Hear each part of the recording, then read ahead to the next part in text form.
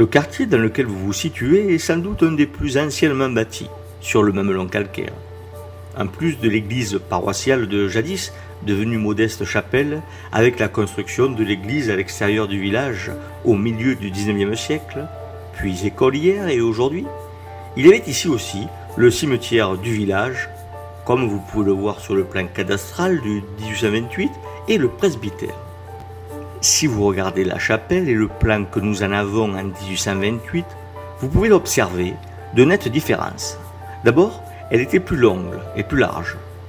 Elle a donc été largement remaniée et, sans son clocher et la trace de la voûte de la nef qui transparaît sur le mur pignon, on serait bien en peine de lui attribuer une origine ecclésiastique.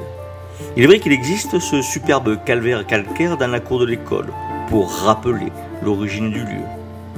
C'était donc ici qu'était célébrée la messe pour les paroissiens, ici qu'on donnait la messe des morts, ici que l'on enterrait, tout à côté, très près de l'église.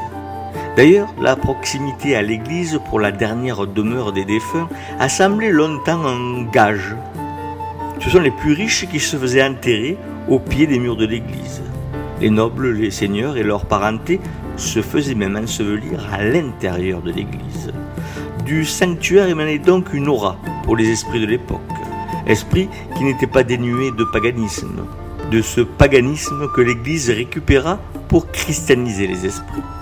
On notera que les païens, les gallo-romains par exemple, les Gaulois, s'ils vénéraient les sources, vénéraient également les points hauts, où on peut trouver, parfois, des aménagements sommaires dans les rochers, comme des cavités creusées pour y déposer des offrandes.